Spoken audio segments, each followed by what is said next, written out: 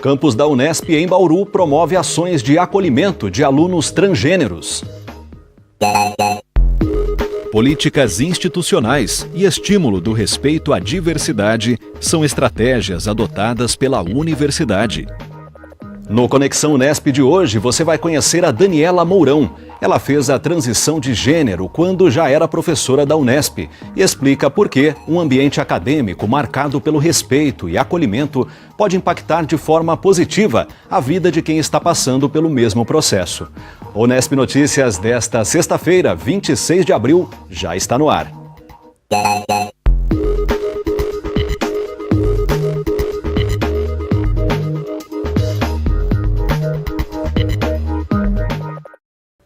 Boa noite. Desde 2017, a Unesp tem adotado uma série de medidas para garantir o acolhimento de alunos, professores e servidores transgêneros. O objetivo é transformar a universidade num espaço de respeito à diversidade. A nossa equipe foi até o campus de Bauru para ver de perto como esse trabalho é feito na prática. Você confere a partir de agora na reportagem de Otávio Frabetti.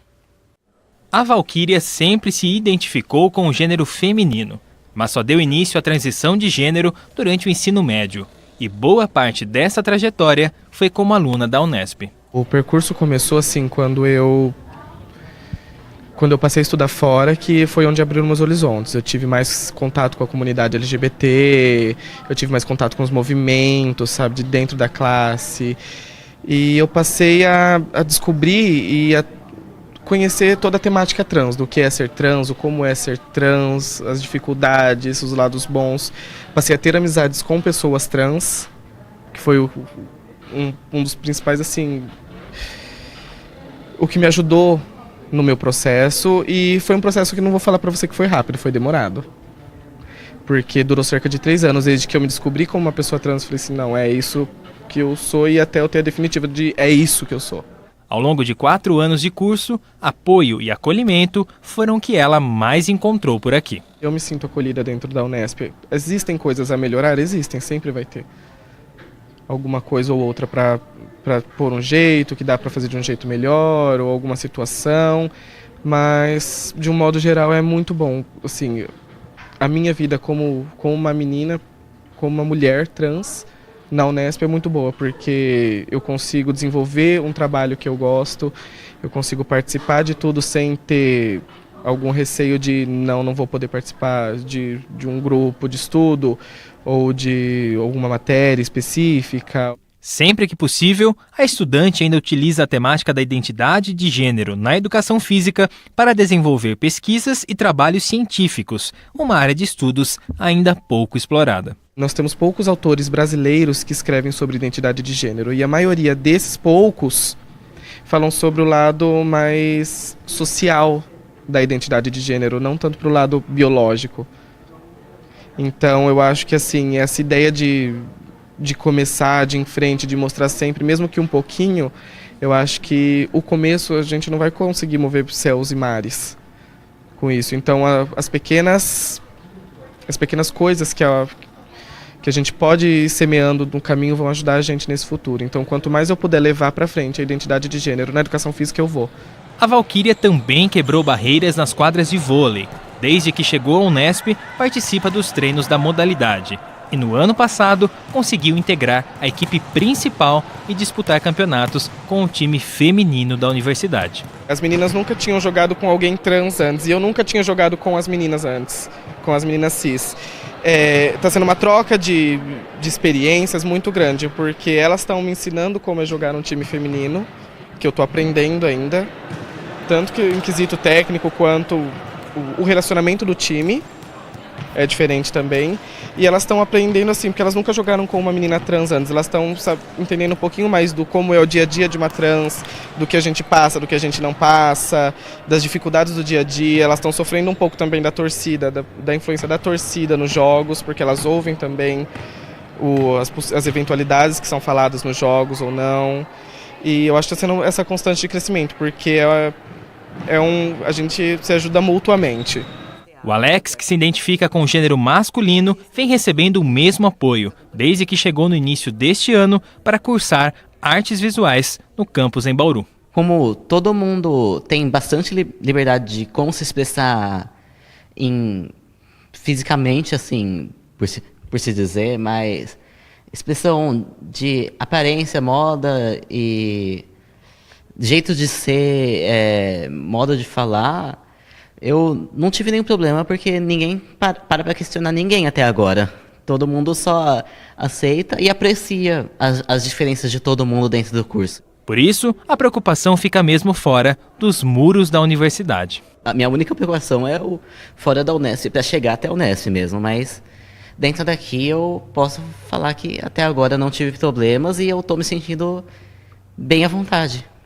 A Unesp é a primeira universidade pública de São Paulo a assegurar, a partir de 2017, que alunos, professores e servidores transgêneros possam utilizar o nome social nos registros acadêmicos e funcionais da instituição. Desde então, a universidade vem desenvolvendo outras ações de acolhimento. O objetivo é fazer com que cada vez mais a Unesp seja um ambiente plural, de respeito à diversidade e que esteja pronta para receber todos. Uma dessas ações é o projeto Educando para a Diversidade, realizado por meio do convênio Unesp-Santander. A iniciativa teve início em abril do ano passado com o lançamento de um portal na internet. O primeiro tema em discussão foi justamente sobre transgêneros. Em junho de 2018, o projeto se transformou em um programa produzido e exibido pela TV Unesp. O objetivo é divulgar informações e conteúdos que possam contribuir com uma cultura de inclusão, diversidade e respeito às diferenças. E as ações continuam neste ano. Segundo a professora Fernanda Henriques, integrante da comissão responsável pelo projeto, a intenção é conhecer e fortalecer todas as atividades inclusivas feitas na Unesp e que hoje estão espalhadas pelo estado. O que a gente pensou? Bom, somos a Unesp, né? E como todo mundo sabe, a Unesp ela tem essa característica de estar espalhada, né? E isso também é uma coisa positiva. Então a gente resolveu reunir todas essas ações. Primeiro a gente está fazendo esse mapeamento. Então depois que a gente tiver todos esses dados, a gente quer divulgar esses dados. E aí, por exemplo, se alguém quiser saber, o que tem em Ourinhos? Aí vai lá em Ourinhos, aí descobre, olha, em Ourinhos tem gente trabalhando com questões de gênero, ou gente trabalhando com questões de deficiências físicas, com questão de envelhecimento, ou eu quero falar assim, não, tem alguém na Unesp trabalhando com feminismo, e aí eu vou encontrar todo mundo que trabalha na Unesp com feminismo. Além da iniciativa institucional, Fernanda também se dedica ao acolhimento dos alunos trans da FAAC. A professora explica que se coloca à disposição para conversar e que mantém as portas abertas para lidar com eventuais constrangimentos ou casos de preconceito. Somos funcionários públicos, né? Estamos aqui para servir ao público. Então a gente não pode fazer nenhum tipo de distinção, a gente tem que tratar todo mundo igualmente bem. E é isso que a gente faz aqui, com muito orgulho. A professora Daniela Mourão, do campus da Unesp em Guaratinguetá, é uma importante voz da universidade na defesa da necessidade de levar o tema da transição de gênero para o espaço acadêmico. Ela carrega provas disso, tanto na trajetória pessoal quanto na profissional.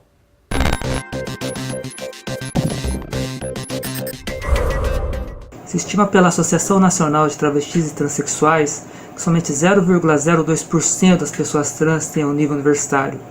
E na maior parte são pessoas que fizeram a transição tardia, ou seja, aguardaram ter uma carreira, ter uma formação, para aí sim se assumirem como pessoa trans, fazerem a transição.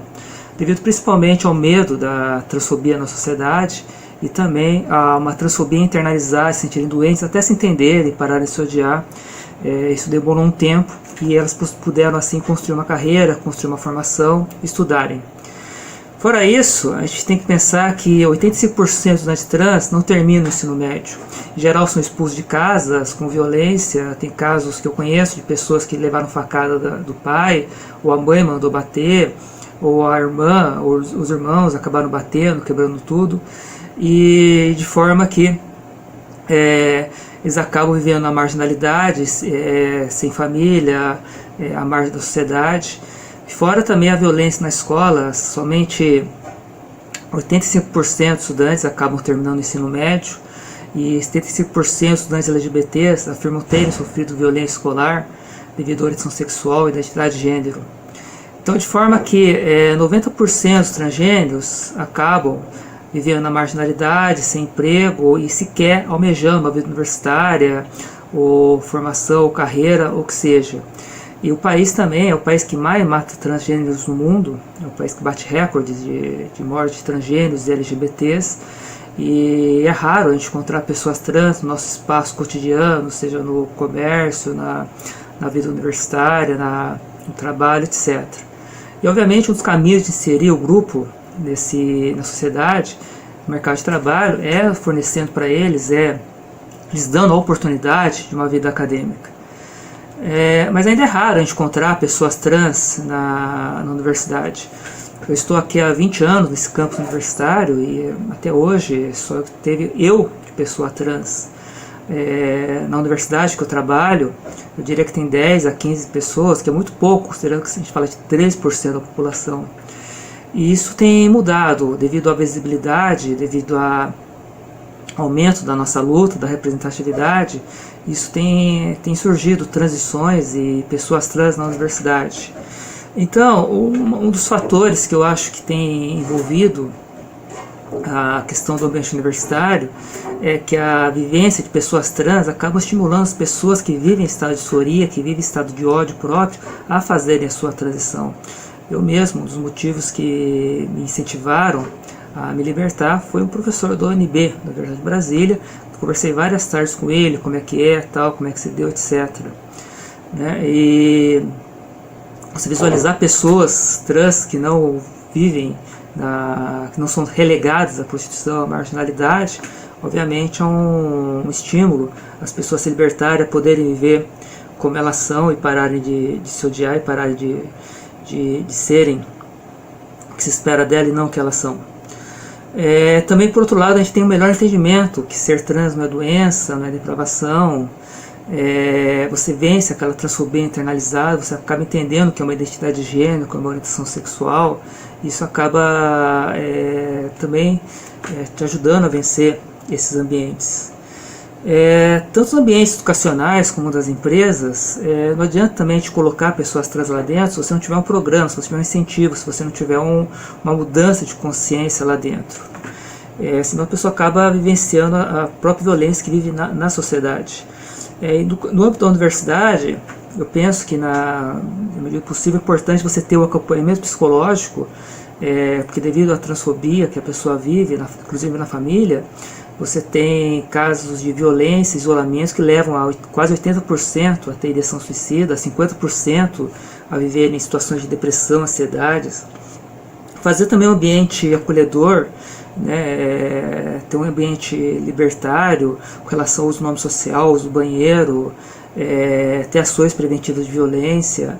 A universidade também tem um papel importante com relação a acabar a desinformação, o preconceito que ainda cobre esse tempo, toda a desinformação, a vivência, essa ideia de patologização, criminalização, demonização.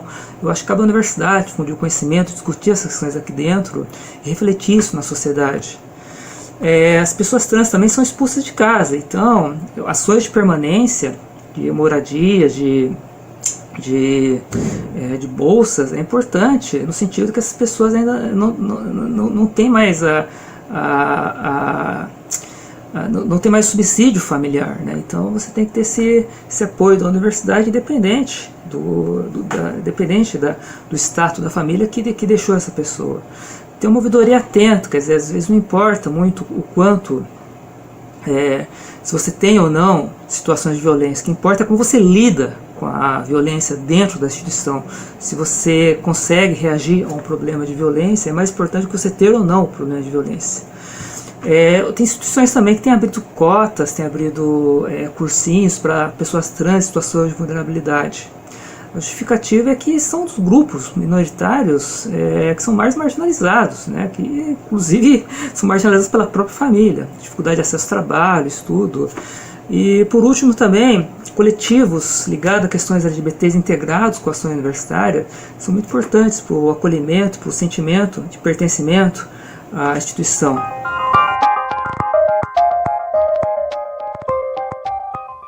O Unesp Notícias desta sexta-feira está chegando ao fim aqui na TV. Mas você pode continuar acompanhando as nossas reportagens nas redes sociais. Um bom fim de semana para você. Tchau, tchau.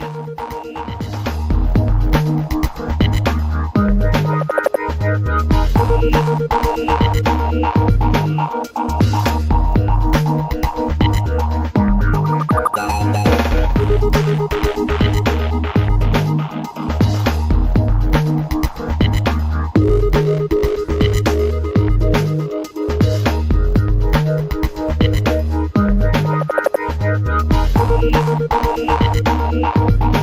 back.